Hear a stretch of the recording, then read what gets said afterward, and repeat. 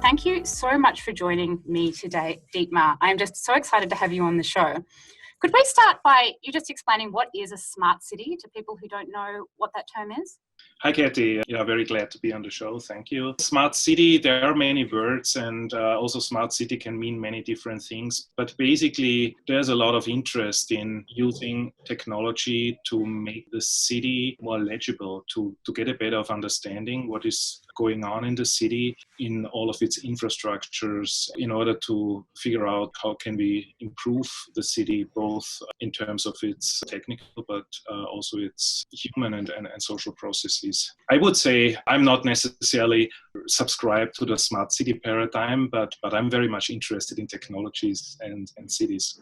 Yeah, well, it's a nice kind of like catch-all phrase, I think, to just cover. I see it as just meaning more data and more sensors and more understanding. And I wanted to ask you, in the blurb about your book, you talked about this problem of cities being opaque. What is the big problem that we have with cities at the moment when we don't have data? What are we suffering from? So I'm coming originally from urban design, and in urban design, there's this notion of urban legibility. A legible city is the city that we can find our way in without the map. It's a classical question for urban designers to figure out how to design a city so that it's legible. Surprisingly, this has not been considered for infrastructure, if we basically, beyond transportation infrastructure, of course. But infrastructure and public services such as waste systems, they make up such a big part of our cities. They are not really designed to be legible, so we don't really have a lot of information about how they work, what is going on. But of course, this doesn't mean that it's not important, because everyone has an opinion about waste systems. And I'm really interested in how we can make waste systems more legible. It sounds to me what you mean by this concept of urban legibility, that we have visual maps, right? Like we can look at Google Maps or maps that have sort of latitude and longitude. Well, we kind of understand the X, Y, Z of the physical world of mapping. But when it comes to all the movements of everything, of people, of matter, of trash, for example, which is sort of a large amount of stuff going in and out, if we're not tracking this, we just have no concept of the flow of anything on top of this map, right? This specifically with waste systems, this is exactly the problem, because traditionally waste systems are municipal responsibility. So they're very fragmented. Every city has a different system. They categorize waste differently. So all these things are a little bit incompatible with each other. So a lot of waste scholars have written about this central role of categorization. At the same time, the waste system is global. It's very complex and involves many social and economic and environmental and political aspects. Of course, the lead lungs are one part of it, but there are so many more aspects to these socio-technical systems that are hidden. In the future, we might have these cities which have all of this detailed information, say about, for example, garbage. What would, in the best scenario, this type of future that we'd be going towards be like? I mean, what would it feel like being in this type of smart city, for use of a better word, when we'd have all this information? I mean, why should we care about going in this direction? If you think about the example of waste systems, everyone sees, every different actor sees it as a different kind of problem. Homeowners or residents, it's like an aesthetic problem. They don't want to see trash in front of their street. Officials or social scientists, it might be a public health problem. It might be a problem of environmental justice. For engineers, it's a technical problem. So there are all these kind of different perspectives. Each of these groups have their own way of representing and measuring these systems. So of course, those different representations don't always show the same picture. So there's a negotiation going on, and what problems are most important? Is this aesthetic problem more important than the public health problem? Usually it's the other way around. So, but you get this sense that it's a constant negotiation through these kind of different maps and data sets that we collect about the city. And talking about the future, I mean, I think it's more about coming up with a way to talk about these systems that is a little bit more in line with how these systems actually work today and not how they worked, let's say, 50 or 60 years ago, because we still talk about urban infrastructure in a way that we pretend that there's one central authority who builds these systems, who runs them and who maintains them, and it's all a very binary structure. But in reality, it's all very complex and there are a lot of different actors involved. And this is not really captured in the way how we talk about and measure these systems. Because the sort of future I see when all this stuff really gets off the ground is that we'll be able to develop real-time feedback loops and really look into any particular system and then kind of dramatically optimize it in a way that we can't when it's opaque. I kind of see it as being able to just map out all of this data and being able to see all of this low-hanging fruit for change. Be like, we can change that, we can change that, we can change that. Mm-hmm. And then when we can apply these design techniques like color, for example, so simple, but you look, there's the red zone, everybody knows what the red zone is. Then we'll be able to just improve everything so much. I mean, that's what I see happening. Do you see it going that way? What you just described is really a perfect example of what I describe as accountability-oriented design, how you can really come up with design of data, of interfaces that helps you get a sense of the governance or your own role in the system, that you get a sense of what's going on in these systems that I'm with my daily life. So for investigative journalists or activists, understanding or getting this kind of information is a very hard problem. During my research, I worked with different groups such as the Basel Action Network, who does a lot of investigation in global e-waste trade. And those investigations are very complicated, and there's really detective work to piece together things. I'm interested in technologies that allow these kind of activists or researchers, also companies and city officials, to have better tools to map out these systems and get a better sense of what happens. And can you explain in a bit more detail about what you did with the MIT Trash Track project? So you put sensors on just pieces of garbage, right? So this was in actually almost 8 years ago, 2009, where we at the Sensible City Lab, we attached 3,000 items, 3,000 GPS trackers on garbage items in a way that they can't be separated. So there was a lot of engineering involved in just trying to figure that out, how we can do this. And then we followed those items through the waste system for about 6 months. We tracked objects all over the continent, from Canada to Mexico and from the West Coast to the East Coast. I think it's a very powerful thing, and it inspired me also to follow up projects to look at informal waste systems in Brazil. How does a system work where there is very little formal organization and very little data? And also to these kind of questions of participatory infrastructure governance, like in the US, where you have all these kind of new experiments of how the individual can be more involved. Another concept I noticed that you bring up in your book is this intersection between technology and policy or governance, which you just alluded to. I mean, what are you starting to see change? Like, for example, with trash, where you're getting this data and then governments can start using it to make better decisions. I mean, what have you seen in regards to that with the Trash Track project? So the Trash Track project created a lot of feedback from a lot of different people. And for me, it was interesting that we had city officials who really wanted to better understand their waste systems. We had inquiries from activists and advocacy groups who wanted to investigate the specific case. I spoke also with the EPA and even with people at Interpol who investigate environmental crimes and who were also very interested. I mean, of course, they use their own tracking methodologies, but they were still very interested in these projects. Big companies in the US also have these problems that they have to work with all these waste management contractors, let's say Nike, or Google, they have waste management contractors. And if those contractors do something illicit, like, if they just throw all the garbage into the river, the company is liable. So there's this concept of strict liability. So they also have an incentive to understand their own reverse logistics, their own waste management practices.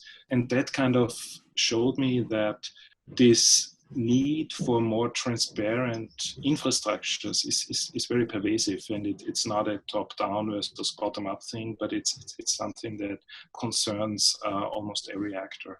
I think what you're saying is that once you actually start putting the data out there, everyone's like, oh my God, I need that. Oh, I really, really, whoa, can we have some more of this? They're hungry for the information so they can optimize their situation. I mean, what was like the craziest thing that you saw once you could actually see all the trash going all around the country? Was there like an oh my God moment? I mean, we had a couple of really interesting puzzles, and though the analysis of the data was not so straightforward as one might expect. So we wrote algorithms to automatically cluster and identify locations and stuff like that. But in the end, what we had to do is really manually look and interpret every individual trace and figure out what was going on there. Because the data that you get is often a little bit inconclusive. You don't know whether this location is basically en route or whether this was a spot where the waste was sitting for a longer time. So there were a lot of these questions, and we stumbled across a lot of really interesting cases. So for example, we had a couple of printer cartridges that we tracked from pretty much similar locations in Seattle, and they also ended up in the same facility in Mexico. We also saw that the way how they went there was often very different. So one would just go down through California along Interstate 5, but then another one would go first to Chicago and then from Chicago back all the way to California and Mexican border. And we're wondering, so how is this possible? I mean, this looks very erratic. And of course, it looks very inefficient to take the trash first to Chicago from Seattle and then back to Mexico. But then we saw that based on the facilities that we visited along the lines, that this was using a freight train as a transportation mode. And when we did the calculation of the carbon footprint, it was actually more efficient or, used less energy compared to the truck that went the straight direction through California. So the lesson here is really that things are a little bit more complicated than you might imagine. So it's a very interesting landscape where the question of what is the right thing to do with trash is not always so easy to answer. And did you track both recyclables and non-recyclables? So we limited ourselves to municipal solid waste and recyclables. So we didn't have industrial waste, for example. We actually had a list of what we were looking for based on a typical composition that a household produces, and there was milk containers, typical newspapers, cardboard, and also batteries, electronics, and regular garbage. So all kinds of different things. I think we didn't include organics because we didn't want to throw the electronic devices. We didn't want them to contaminate the compost stream. But other than that, we pretty much covered all different types. Once you could see that these supposedly like recycled items went on these really long routes, I mean, did that make you disheartened about recycling? How do you feel about recycling now that you've done this project? I mean, recycling is a complicated issue because for some materials, for example, cardboard, it's very useful and saves a lot of energy. For glass, it's good because the glass is not on the street, or it kind of minimizes the litter problem, but it doesn't really have a big environmental impact either way. For plastic, it's a little bit tricky because just there's so much of it, and it's also difficult to recycle. A lot of that depends on the purity of the material, how well is it sorted. But what really stood out for us was electronics as a quite a big challenge, because it's a very valuable material that potentially could be recycled. There's a lot of value to capture, but at the same time, it's very difficult to collect and very difficult to dismantle, and a lot of things can go wrong if it's informally recycled and pollution is, and health impacts become relevant. So that was for us kind of the most interesting challenge, the electronics, cell phones, computers, batteries, and so on. Well, I've read a bunch of life cycle analysis reports on recycling because I had this suspicion. I just thought, does recycling use up more energy and have a bigger environmental footprint than it gains? On all the reports that I read, I found that wasn't the case. It didn't have a bigger environmental footprint. The environmental saving was really small. You know, if you were to take a plastic bottle and then melt it down, turn it into a new plastic bottle, or a glass, turn it down, make it into a new one, over and over again versus using virgin materials, it just wasn't a big environmental win. And recycling has big environmental costs. Recycling plastic uses up lots of water. You still have to melt it down. You've still got to have trucks. I mean, do you think we should just give up on recycling? I mean, apart from cardboard, like you said, that has benefits, should we just let it go? Is it too much work? To not enough gain? Yeah, I mean, when you, the way how I look at systems is you always have to look at the whole system. And, recycling is really, in some cases, as you say, very problematic if we just, don't look at the way how things are produced. So we cannot solve environmental problems through recycling if we at the same time don't really look at the production of things. So we always have to look at these things together. There's a lot of rhetoric around recycling always being something very positive, which is problematic. And I completely agree with you there. There are a lot of emerging policies of extended producer responsibility where manufacturers are included in the whole process and also have to bear some of the costs. So of course, those things also face resistance from certain groups, and then recycling becomes a very easy way out to say, well, let's put it all into the responsibility of the individual. I mean, of course, the individual is responsible, but a lot of other actors are also responsible and sometimes even much more responsible for how the system operates. There are a lot of complicated questions here.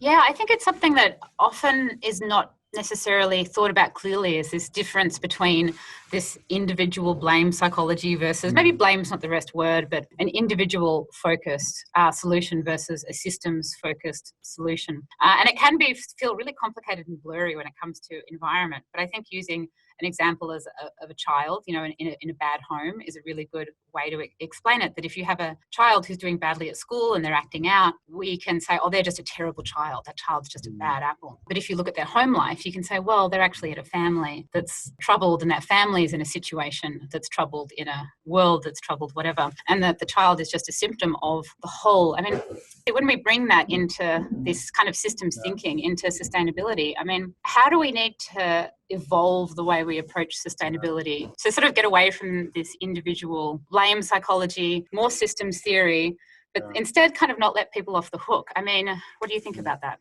I mean, this is a very, very good example that you brought. I think there's this rhetoric that in the end, the consumers are the ones who basically determine how the system works because they buy the products from company A instead of company B. And that in the end, it's pretty much everything is determined by consumer behavior. We all know that the reality doesn't work like that at all. The consumer has very little ways of even understanding what is going on. The consumer doesn't really create all the options. They might buy the cheapest thing, yes, maybe, but the way how the whole system is structured is definitely not in the hands of the individual, which of course doesn't mean that the individual is not part of this system. Of course, we are all entangled in it. But I think that those kind of questions are exactly what I meant by these negotiations on the governance level. What you also just described are different ways of reading the system. You can read the system in a way that it all comes down to individual behavior, or you can read the system that it all comes down to kind of, executive decisions by big companies, and how those different viewpoints are negotiated. Is something that I'm interested in to address through data and through basically open governance and accountability technologies. I actually put this book together of zero waste tips, 150 zero waste tips. It's something that I personally really care about. And so I put the book out there. It's done well. Quite a few people bought it, and it's very much an individual manual. But I kind of lost heart in it a bit because I was always coming from a systems mindedness. I really wanted to develop something that would change the system, but then I realized I had to put something in for the individual. I've heard quite a few people criticize recycling and even criticize the movement to pick up trash off the street. There's something called Clean Up Australia Day and Clean Up the World, and it's actually sponsored by McDonald's. So we could argue that the entire recycling movement is only there to provide a marriage or a panacea to consumerism, to disposable consumerism. And I wrote this in this introduction to say, well, you only need recycling if you have a disposability-based economy. So they're trying to sell it as being this really great way out. But if you don't have a wasteful disposability-based economy, then you don't need recycling. I mean, do you kind of see recycling that way as this kind of almost like a greenwashing of disposable consumerism? I mean, there's this excellent book by Samantha McBride under the title Recycling Reconsidered, where she traces the history of where did recycling come from. She makes exactly this argument that threat of basically a new tax for manufacturers responded by basically creating these recycling initiatives that would basically shift the whole responsibility to the individual. There are these arguments that this has been an important part. If we look at recycling just more general as a way to capture value from the waste stream. Of course, this is something that has always happened through history, and it is, maybe we mean different things. If we say recycling, there might be one way of talking about recycling as these, cleanup initiatives sponsored by McDonald's, but there might be also another way to think the concept. So I think at some point, just capturing value is an important part of any type of engagement with waste systems. And I actually looked at these kind of waste picker cooperatives in Brazil who got together to collect more material so that they can, sell it back to industry as a commodity. The way how they sort and clean these kind of plastic materials reaches such a high quality and such a high purity that would be completely unattainable in a single stream system where all the dirty stuff is just thrown together. They really managed to separate it out and create a very high quality product. So it's very interesting to look at how exactly what exactly happens there. A lot of the problems with recycling are really also related to just the pervasive use of plastic packaging material for pretty much everything. So looking into supply chains and looking into packaging practices and product is very important. Yeah, and it's really crazy how difficult it is to live without making any trash. If you wanted to take the individualist approach to say, well, I cannot be a part of this system, I mean, it's almost completely impossible. Have you seen those people that just make a jar of trash? Have you seen them? The Bea Johnson, she's like a famous person who does it. I mean, I've done that for little bits of time in my life, kind of like going to the gym every day. Like I've got it down for maybe like 6 weeks at a time, or maybe 3 months when I've been doing really well. But I mean, to function against the kind of laws of the system you're in, it requires enormous commitment and cognitive ability to override all the competing forces. Like what you're saying, the more data that we can gather, the more we can use it to take this systems-wide approach to solving our problems and not get stuck in the individual mindedness too much. I mean, the data is not going to solve the problem. It's basically just a language to talk about it. It's not a solution. It is, to some extent, can be changed, but it's not one solution that gives you everything, solves everything. What do you think is the hardest thing about getting us to make this leap into this urban legibility, this kind of new world, of being able to have this better data, these better decisions, this better policy? One of the problems that I constantly try to address in the way how we talk about these things is this kind of binary thinking dichotomies. I say, okay, top down versus bottom up, recycling good and landfill bad, and those kind of very simple dichotomies that they make it easy to think about these systems. But unfortunately, everything that is related to infrastructure, and I use the word infrastructure to describe a socio-technical system that a lot of social things and a lot of technical and political things come together, they don't really work that way. And it's always about embracing the messiness of these systems. They are never finished. finished. There's never a kind of, okay, they're in development, but once the system is finished, everything will be fine. That never happens. It's always in progress. To this earlier point of how can what is the role of the individual? A couple of years back, I edited this volume called Accountability Technologies, where I looked at these kind of bottom-up initiatives of activists and organizations who produce data and then try to insert it back into the governance process, into policy. And that doesn't happen magically just by collecting the data, but then you have to make alliances, you have to convince people, you have to establish evidence and find the right groups to work with. All of these things are traditional aspects of governance, political work, but just understanding what is the role of data in this context, that I think is the hard part to crack. So what I'm hearing is that it's really almost a mindset. So you're not saying there's one corporation that's completely against us. There's one political party that's completely against us.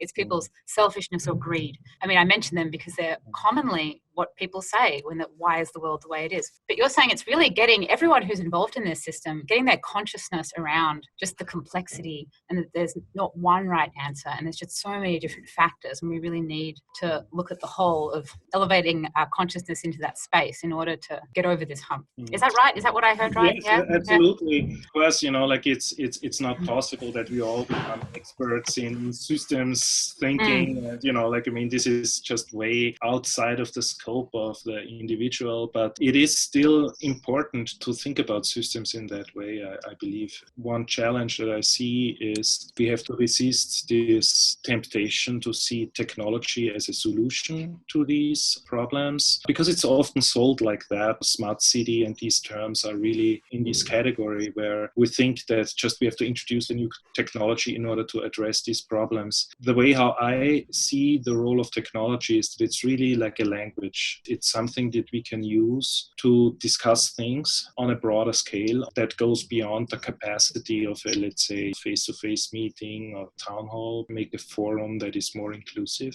But this temptation to say the Hyperloop or some futuristic new technology will solve all these problems for us, I think that this expectation is actually part of the problem rather than just being not very effective. Yeah, it's pretty big here in the Silicon Valley scene to think that the technology can solve things. One of the popular beliefs is that if we just go to Mars, we'll solve everything. Do you think we'll solve all these problems if we just go to Mars? We can just bring all the trash, put all the trash. I'm sure, yeah. Let's do the trash to Mars. That sounds good. No, it's crazy how pervasive it is. I mean, technology can really do a lot. Like, I think there's definitely a lot in technology. I'm definitely a technophilic person, but I mean, we're humans as well. I mean, human beings are creating the technology. So it's not external to us. It is very much like something that we make to solve our problems. Which brings me on to this one phrase that you said in one of your videos where you talked about cyber utopianism. I mean, do you think cyber utopianism is a thing? I mean, what are your thoughts about that word and what it means? Well, of course, I was also something that I was inspired by maybe 20, 30 years ago. There is a certain, I think now I'm 44, so I'm looking at things slowly in this kind of historical perspective. I was involved in digital media and internet media art and experimental technologies pretty much since the early 1990s. So I went with this technology through these different phases. And in the beginning, it was very much about speculating about how would the world change through all these possibilities. But about 15 years ago or so, I started changing the way how I ask these questions, because I saw that, it already has changed so much and society has embraced all these things. And I thought that actually it's much more interesting to look at how people are using technologies and how technology is deployed in all these different parts of society and what are the social and political questions that are connected to it. So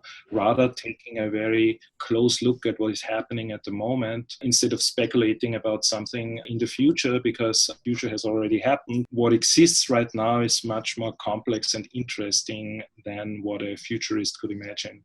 Yeah, it's definitely something I notice in Silicon Valley is just thinking, I mean, I know I said it before, but we can focus on imagine these technologies. But one thing that I feel is left out of the traditional engineering mind or the computer science mind, I studied engineering myself. We definitely did not think about the social construct of technology or how people used it. In the Silicon Valley scene, it's very much about the technology, but not as much about like the questions you said are the real questions we need to be asking is how is the technology sort of interacting with people and how are we going to use it to create the world that we want to create?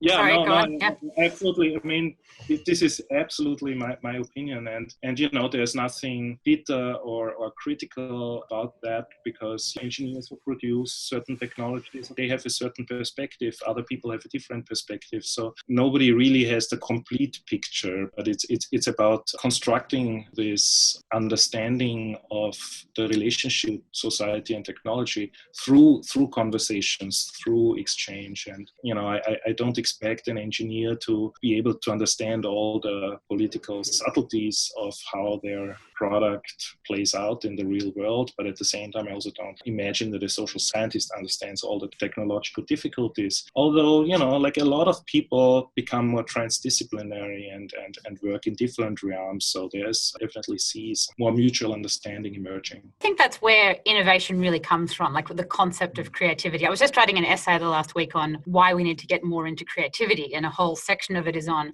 being cross-disciplinary, bringing different domains together. What you're passionate about is bringing these two domains together. I mean, that's really where innovation's at, the confluence of all these different niches. I wanted to ask you, what is the one thing that gets you really excited? Like the one thing when you wake up, when you sort of think about the most exciting thing about what you do that makes you excited to get out of bed and you're like, oh, this is one thing that really tickles you, about your work.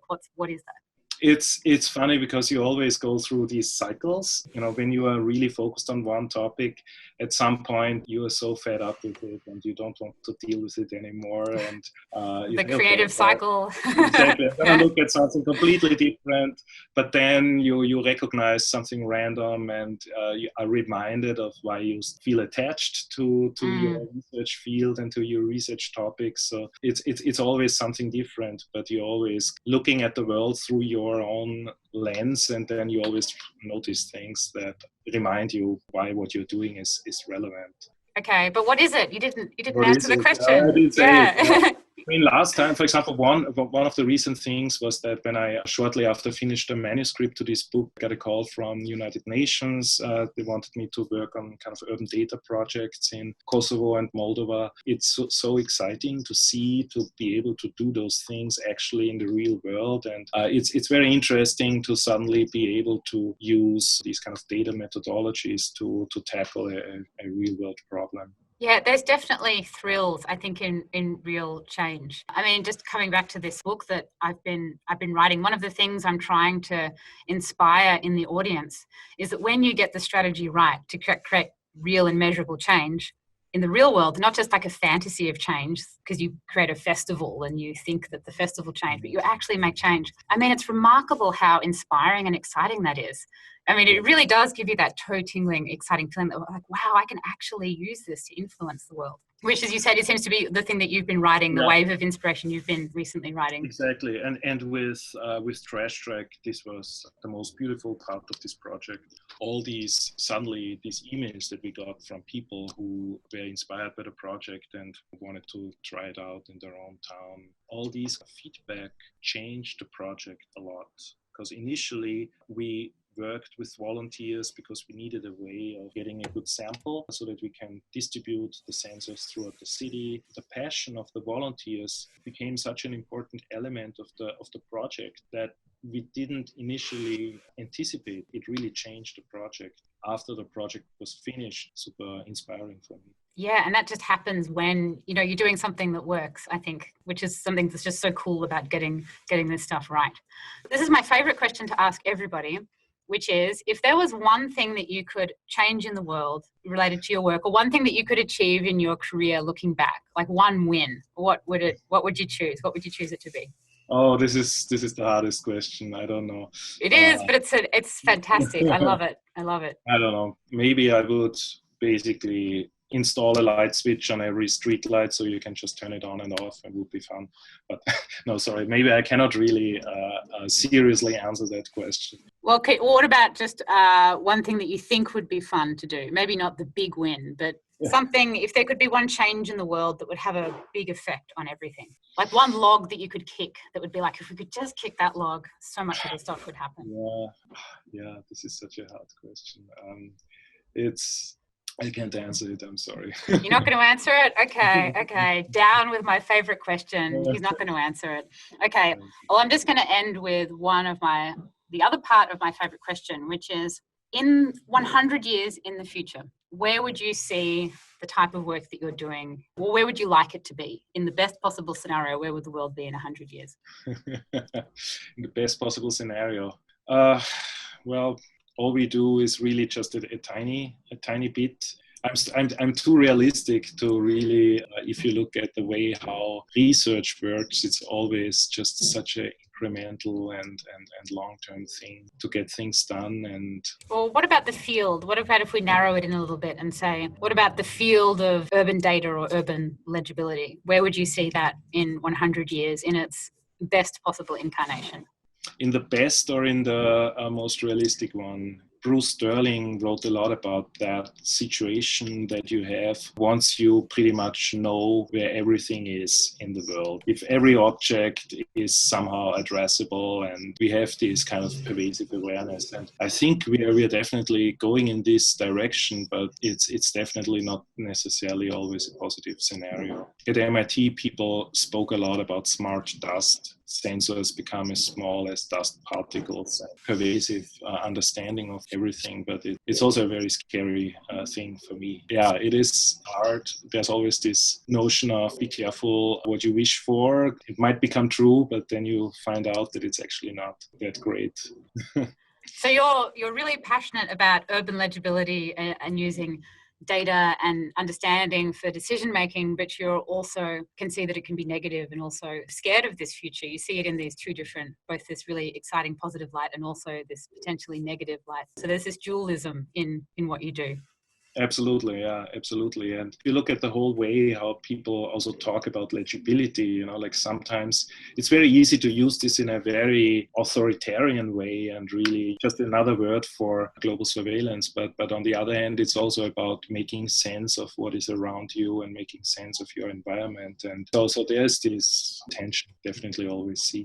This has been a really interesting conversation because I've been coming from the worldview that just the more data, the better, the more transparent, the better. And the more that we have, the more that we can start to change everything for the better. I was seeing it in a bit more of a black and white way. And since speaking to you, it seems to just have so many more dimensions to the complexity of trying to save the world, which is what we're talking about here today. Thank you so much for joining me today, Dietmar. That was really, really interesting.